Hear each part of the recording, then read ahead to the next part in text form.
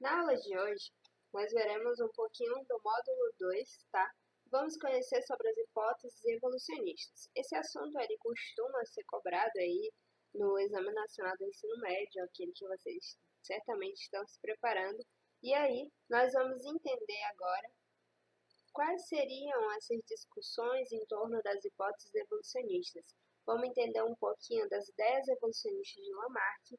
Vamos entender também um pouco sobre as ideias evolucionistas de Darwin, que são as principais figuras quando a gente fala aí do ponto de vista evolucionista, tá bom? Então vamos lá começar. Quando a gente começa a falar sobre evolucionismo, é importante a gente fazer essa comparação com o criacionismo, tá? Então, entre as hipóteses que a gente tem aí com o objetivo, né, de explicar a origem do universo e todas as transformações que vão ocorrendo ao longo do tempo desde que foi criado, nos seres vivos em geral, e principalmente nas particularidades do ser humano, nós temos aí o evolucionismo e o criacionismo, tá? Só que a gente precisa estar atento que o evolucionismo ele está muito ligado a uma ideia mais moderna e o criacionismo geralmente está ligado a um pensamento antiquado e retrógrado. Só que uma pesquisa a respeito da história desses dois modelos, né, esclarece que todos os dois são antigos e desde que passaram a existir conjuntamente, começaram a existir juntamente, então eles têm disputado a atenção e a aceitação das pessoas de uma forma geral, tá? Então, quando a gente estava lá no primeiro ano, a gente teve algumas discussões a respeito aí de qual seria a origem da vida na Terra. E chegamos ao grande resultado, à grande conclusão de que a ciência até hoje ela tem grandes desafios, tá? Na tentativa de demonstrar como que teria sido, por exemplo, o surgimento espontâneo, seria o surgimento de vida a partir do método abiogênese, tá? Já no segundo ano, a gente começou ele entendendo um pouquinho sobre a macro e microevolução, onde a macroevolução seria transformações radicais. Já a microevolução a gente viu que está presente no criacionismo, sim, que podem acontecer mudanças nos seres ao longo do tempo, sim, tá? E a macroevolução também, uma outra coisa que ela carrega é que ela ainda precisa ter mais evidências, tá?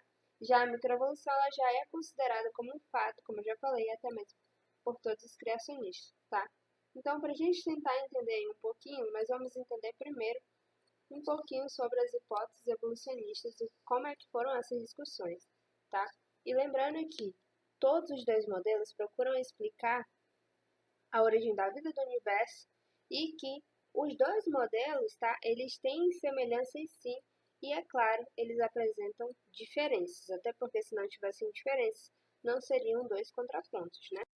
E, para começar, vamos entender um pouquinho de quais seriam as ideias evolucionistas de Lamarck.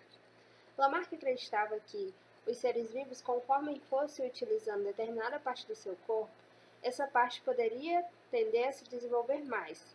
Se desenvolvendo mais, essa característica, já que foi uma conquista boa, seria passada para as gerações seguintes, para as gerações futuras. Da mesma forma, se um determinado órgão deixasse de ser utilizado, já que ele não era necessário, então não teria significado nenhum que fosse passado para os demais seres vivos, para os outros que viessem depois, para as futuras gerações. E um modelo clássico aí para interpretar essa ideia evolucionista do ponto de vista de Lamarck seria a respeito das girafas. E segundo ele, o pescoço das girafas alongado seria o resultado da falta de alimentos. Como assim? Elas precisavam se alimentar, mas conforme o tempo foi passando, esse alimento foi ficando cada vez mais alto. Conforme ele ia ficando alto, ela teria a necessidade de esticar seu pescoço. E aí, à medida que ela foi esticando seu pescoço, essa característica foi passada para gerações futuras, tá? Só que antes de continuar, é importante a gente lembrar que essa ideia depois ela foi contestada, tá? Ela foi, como é que eu posso dizer? Ela caiu. Em que sentido? Teve um outro cientista chamado August Weismann, tá? Onde ele tentou reproduzir as ideias de Lamarck, mas utilizando um ser vivo mais simples, um menor. Ele tentou cortar rabos de ratos e observou se nas gerações futuras, os ratos futuros nasceriam sem o rabo. E aí, ele observou que, apesar dele realizar isso várias vezes, os ratinhos continuaram nascendo com a mesma cauda.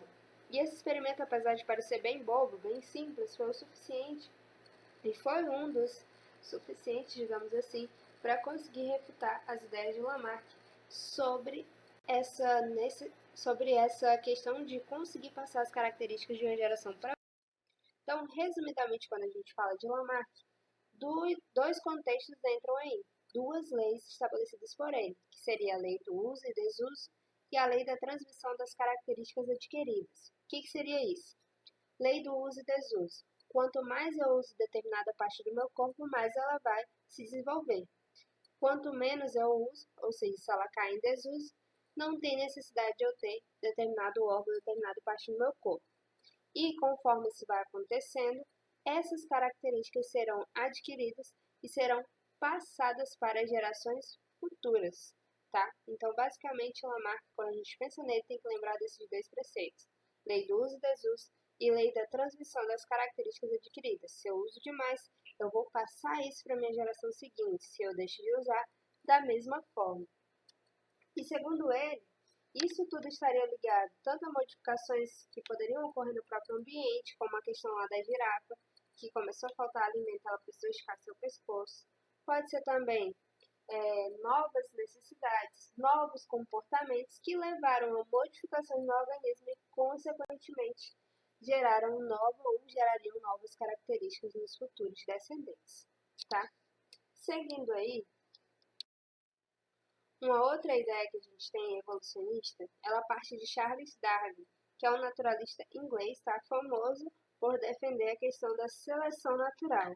Ele acreditava que não era bem assim também como Lamarck defendia, que os seres seriam escolhidos conforme a sua aptidão, ou seja, aqueles que seriam os mais aptos a se desenvolver mediante as características do ambiente, mediante as dificuldades encontradas em determinado ambiente, seriam os vencedores, seriam os que conseguiriam resistir e, consequentemente, chegar no processo de reprodução e gerar novos descendentes. Então, basicamente, ele acredita que o ambiente ele pode promover, ele pode ser capaz de dar condições específicas que nem sempre são benéficas e que vão selecionar os indivíduos mais adaptados. Seria, por exemplo, uma prova, digamos assim. Passam numa prova, por exemplo, aqueles que estão mais aptos, aqueles que estão mais preparados para vencer todos os obstáculos presentes em um determinado desafio, em uma determinada prova, tá? E aí, continuando, essa imagem aqui consegue representar como seria, então, a evolução do ponto de vista de Darwin, como que seriam explicadas as características que vão acontecendo ao longo do tempo. Observem que aí a gente tem vários círculos de determinadas cores. Cada círculo aí está representando uma espécie diferente. Eu tenho círculos na cor amarela, laranja e também vermelho. Depois que aconteceu o processo de seleção, depois que o ambiente sofreu todas as questões benéficas e até maléficas também, só resistiu a todas as adversidades os indivíduos que eram vermelhos. Ou seja, na população final, só restou aqueles que eram vermelhos, tá? E aí, o que isso significa? Que se eu fosse comparar o nível de resistência dos seres amarelos para aqueles que vão chegando no tom de vermelho, os que se aproximam mais do vermelho teriam um nível mais alto, teriam chances maiores de serem selecionados naturalmente pelo ambiente e assim conseguiriam se reproduzir e dar continuidade à sua espécie. Então, basicamente, esse início que a gente vai ver é esse contraponto entre Darwin, entre Lamarck, tá?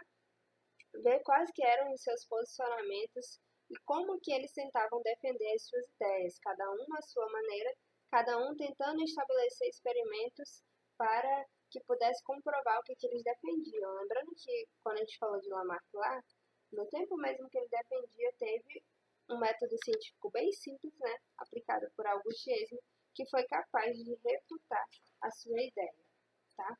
Então, gente, só para encerrar, quando a gente fala de Darwin, basicamente seriam as mudanças ambientais, levam a mudanças nos costumes e nas ações dos seres vivos, eles precisam se adaptar, e essas adaptações podem levar a mudanças nos órgãos, que podem ser crescimento ou atrofiamento de determinada parte, tá?